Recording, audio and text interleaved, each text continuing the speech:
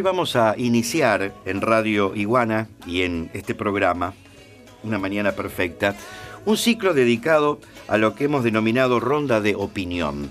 El propósito es acercarles a ustedes una mirada local y regional sobre distintos temas, y para lo cual vamos a contar con la participación y el auxilio desde su saber científico de profesionales de nuestro medio. Hoy vamos a hablar de adicciones, prevención de adicciones, la salud pública, y por eso hemos convocado al doctor Víctor Elena, que ustedes conocen, de nuestra ciudad, y nos visita la doctora María Cristina Lisi, que es especialista en pediatría, pubertad y adolescencia, miembro titular de la Sociedad Argentina de Pediatría, también asesora a la Comisión de Salud de la Cámara de Senadores y es miembro del Tribunal de Evaluación en la especialidad del Colegio de Médicos.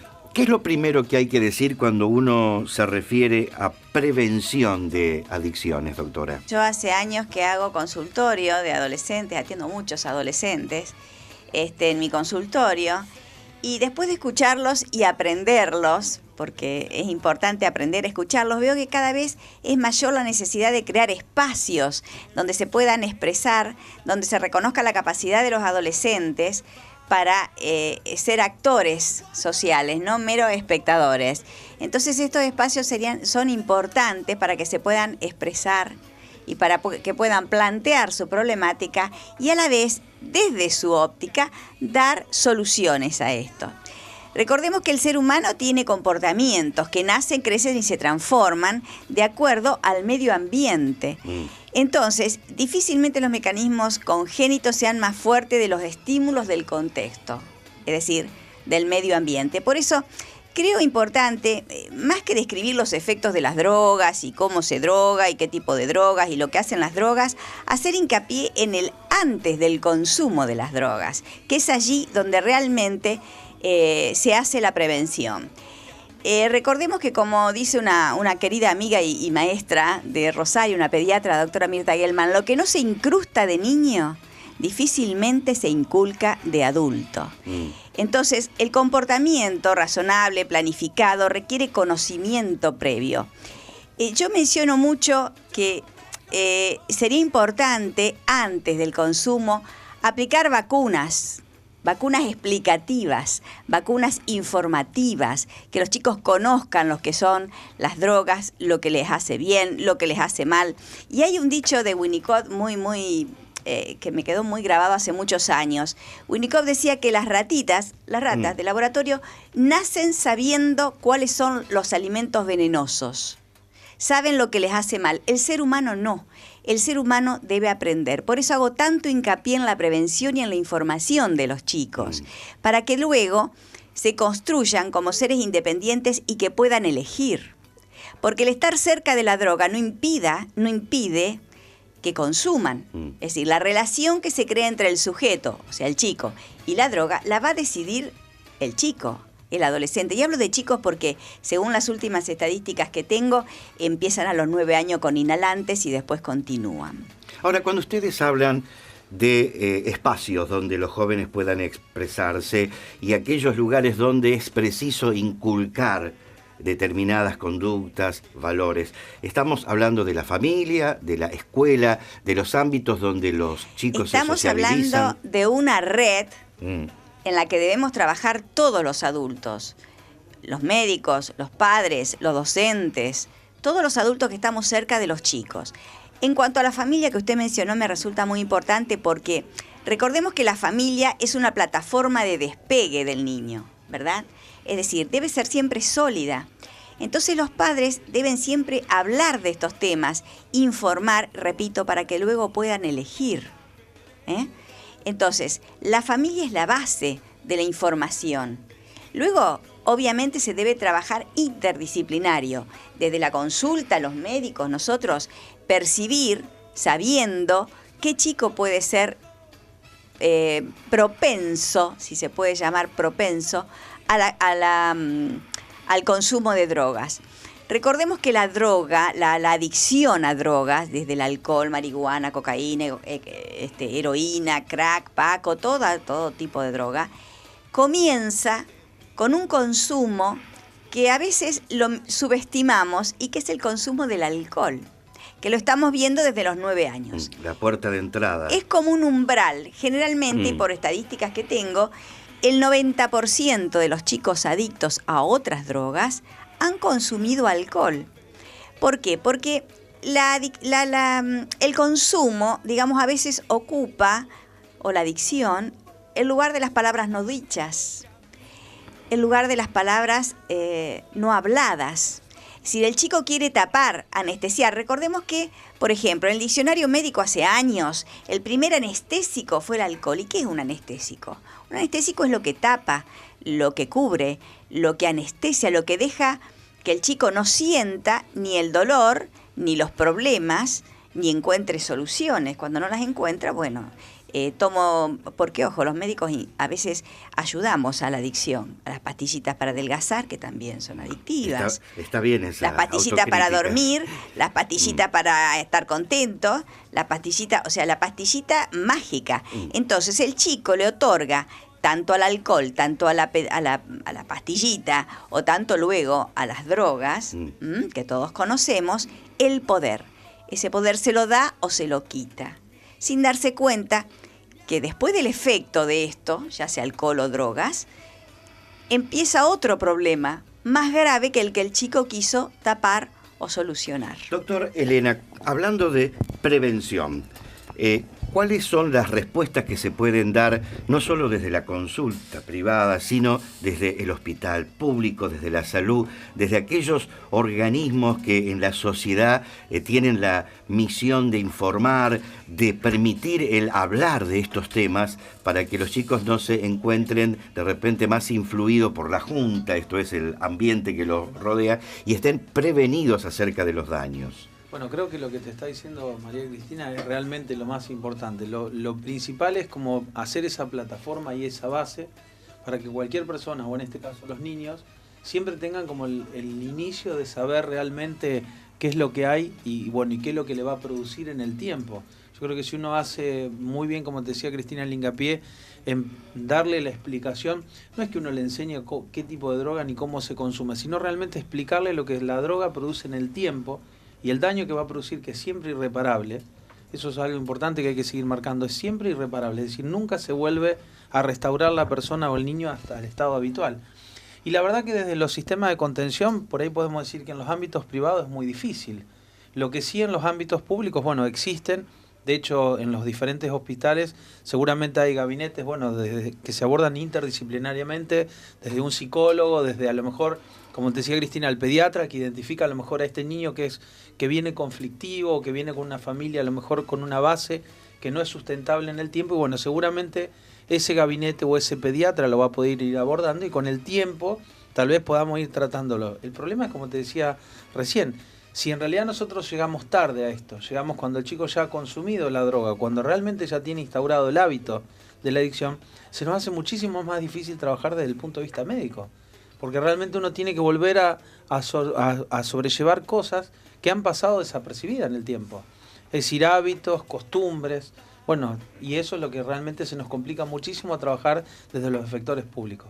Ahora, el Estado, desde el punto de vista de la educación, determina la obligatoriedad, el niño, el joven incluido en el aula. La escuela, ¿qué rol juega en esto de, como decía bien usted, permitir hablar del tema para estar informados? La escuela debe ser formadora de opinión y debe formar chicos independientes y, como decía yo, con criterio para saber elegir. Afortunadamente ahora, como decía el doctor, los gobiernos y las organizaciones no gubernamentales están diferenciando que el niño es distinto del adolescente. Bueno, de ahí mi especialidad también. Yo soy pediatra y luego hice la residencia en pediatría, o sea, adolescencia. ¿Por qué? Porque la problemática del niño es distinta de la problemática del adolescente. Entonces, hay distintos niveles donde la escuela debe actuar. en prevención de adicciones. Al niño se le debe explicar, comenzando con el alcohol, comenzando a resistir a la presión social del alcohol, que estamos hablando de niños de 9 años. En el año, hace bastantes años, de 3.888 alumnos que hicimos una encuesta, hice un trabajo en Rosario, el 70% empezaba a consumir alcohol a los 9 años. 10 años, inhalantes a los 9 años, 10 años. Estoy hablando de 10 años atrás, o sea que ahora es un poco más. Entonces, la problemática del niño de primaria se debe abordar, se debe prevenir con vacunas explicativas, con información, pero es distinta de la problemática del adolescente, porque el adolescente sufre, además de un entorno, de un contexto, sufre también la presión social. Entonces, ¿qué es importante? Es importante también en la escuela como en la familia enseñarles a elegir, enseñarles a resistir a esa presión social.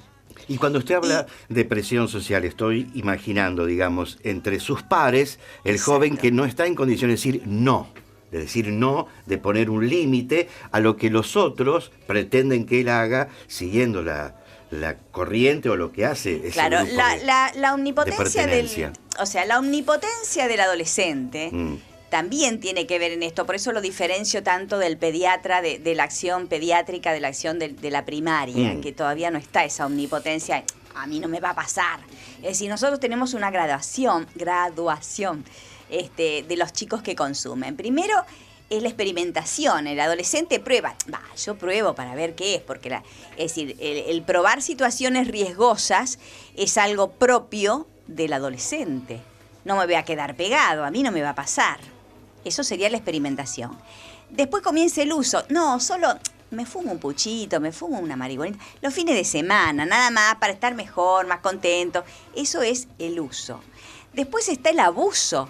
Es decir, pucha, yo sé que me hace mal, pero no puedo dejarlo. Antes de salir me tengo que fumar o me tengo que hacer esto, porque me parece como que... Bueno, ahí ya se convirtió en una patología. Y después ahí, claro, sigue la adicción, donde el chico sabe que no puede vivir sin esa sustancia. Le está dando esa sustancia, lo que hablábamos antes, el poder mágico de solucionar los problemas o de salir más feliz o de estar bien, sin saber que después se trae un problemón, no un problema.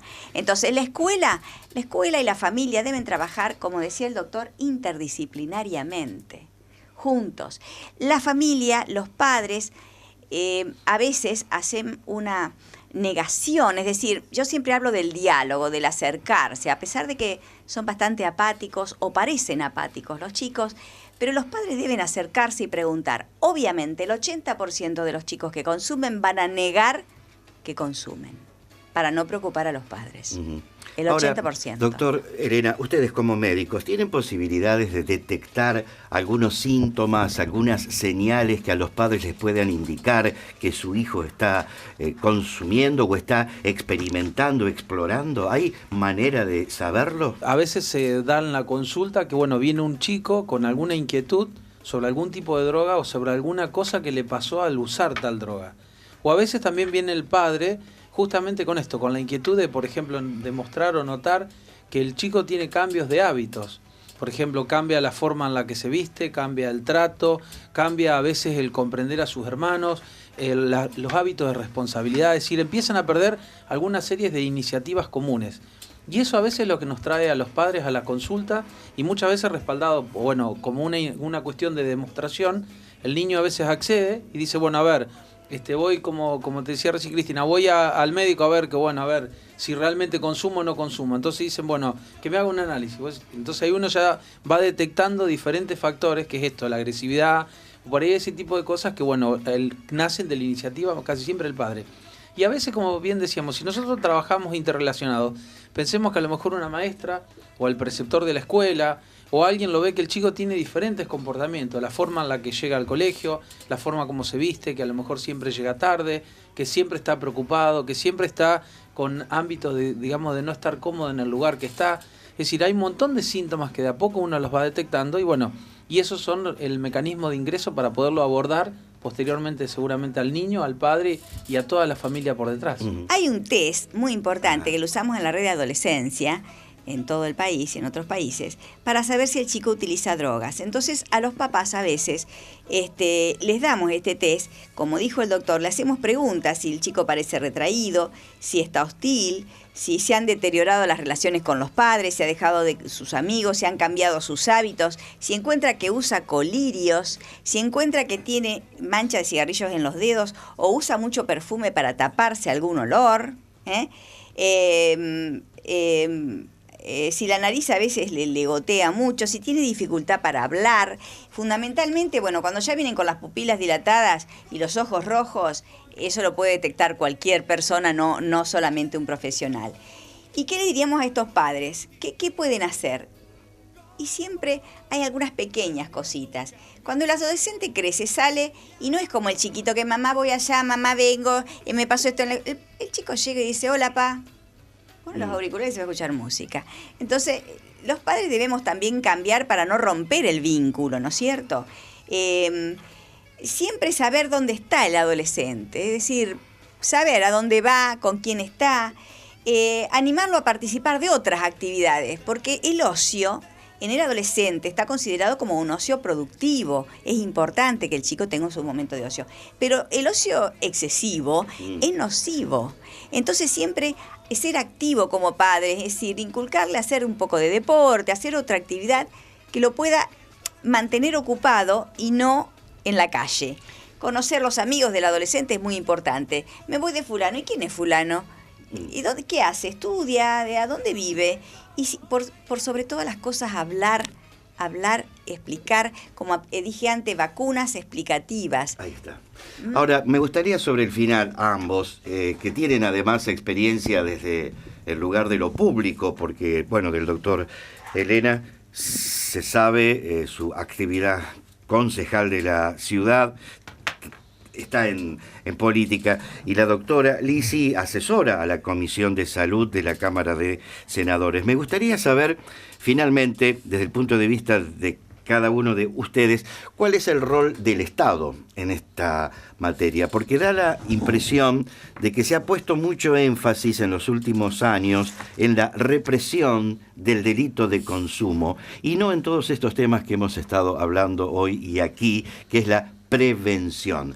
Parece que hay un déficit respecto de lo que el Estado hace en materia de drogadicción.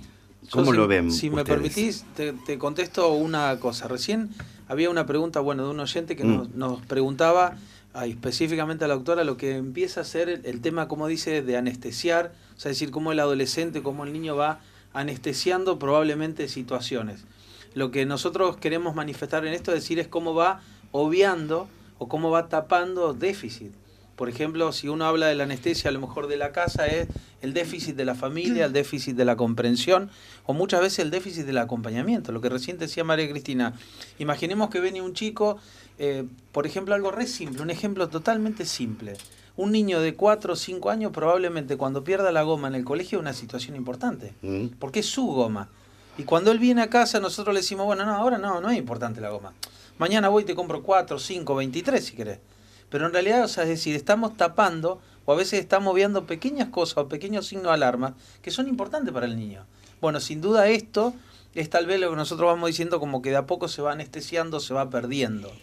Y si me permitís, ese chico, cuando crece y le dice, papá, yo quisiera... Ay, espera que termine el fútbol, espera que después hablamos. Terminó y cuando... ¿qué querías hablar? No, ya fue, papá. Seguro. Eso es la palabra no dicha. Eso se va tapando, eso va anestesiando. Entonces después decimos, pero los chicos son muy apáticos, no les podemos entrar, no les podemos hablar.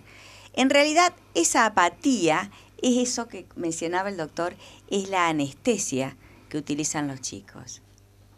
El adolescente, y se lo digo a todos los papás, y porque soy mamá de adolescentes, el adolescente es urgente, es ya y es ahora. Dejamos lo que estamos haciendo y si él necesita hablar, hablamos. Si él pregunta, contestamos. Desde que perdió la goma, decirle, bueno, hijo, y darle la respuesta en el momento, no espera después. Porque el adolescente es hoy y el chico es hoy. Después puede ser tarde. Ya el chico no quiere comunicarse más. Usted preguntaba sobre el Estado. Sí. Bueno, yo me permití traer una ley. En realidad hay leyes hay leyes en la provincia. Hay programas de prevención de adicciones en establecimientos educativos de la provincia, cuyo objeto primordial, dice, es generar conciencia en los niños y jóvenes respecto a los riesgos de la salud física y mental del consumo de sustancias. Bueno, sigue, la ley es muy larga, ¿no es cierto? Sí. Y para lo cual es necesario seminarios, talleres y demás. La ley está. La ley está. No hace falta leyes, hacen falta acciones de parte de los adultos. Yo hace unos años hice con 800 alumnos voluntarios, yo vivía vivo en San Carlos, mitad en San Carlos, mitad en Santa Fe. 800 adolescentes se anotaron y teníamos talleres para padres, talleres para adolescentes, talleres para docentes, en capacitación de distintos temas. Ellos tenían su departamento de prensa, ellos armaban los talleres, es decir, y ellos participaban y proponían soluciones. Entonces creo que la ley está. Lo que hace falta quizás es el acompañamiento de nosotros los adultos desde cada uno desde su lugar. Doctor. Y a veces no, si sirve de explicación, yo creo que también no siempre es el eje en tratar de decir, como estábamos escuchando, como de a poco se va haciendo rutinariamente, decir, bueno, no, cada vez hay que ser más duro, cada vez hay que poner penas más graves, cada vez hay que perseguir más al consumidor, al vendedor. Yo creo que en realidad es todo lo contrario. Lo que hay que trabajar es bien la palabra, y ese creo que fue el tema del inicio de hoy de esta charla, fue la prevención. Si nosotros trabajamos sobre la prevención, es muy difícil que después tengamos que seguir trabajando sobre el tratamiento del adicto. Lo que tenemos que hacer es fortalecer todas medidas de prevención y no sobre el combate de la adicción. Recordemos siempre que si no hay demanda, no hay venta. ¿Sí? ¿Puede ser? Entonces yo creo que todos, incluso los medios de comunicación, como tratamiento preventivo, si utilizaran explicaciones que modifiquen el comportamiento de los chicos y los ayudemos a aprender a elegir, puede haber menos demanda cuando llega la edad en que comienzan a consumir. Bueno, aquí estamos utilizando esta herramienta comunicacional precisamente. Los felicito porque realmente invitarnos es seguro, creo que, es una alegría y es constructivo. Es una forma de poder ir volcando, y seguramente, bueno, con el correr de las acciones lo que vamos a ir teniendo es este ida y vuelta con los diferentes vecinos de la ciudad, o con diferentes madres o padres, como te decíamos, que bueno, que van a ir pudiendo sacar o seguramente preguntar en un montón de formas de poder ir detectando, tal vez en esto que era prevención de adicciones, un montón de factores asociados. Es decir, nosotros estamos invitados y agradecidos por estar aquí, ¿no es cierto? Transmitiendo un poco nuestro granito de arena, de aporte. Pero también es importante, y me gustaría y me encantaría hacer un foro adolescente donde ellos expliquen, ellos propongan y ellos den sus soluciones desde su punto de vista. Que tomen la palabra. Muchas gracias a ambos. Gracias, que tengas buen día, y bueno, un saludo para vos y tu equipo técnico.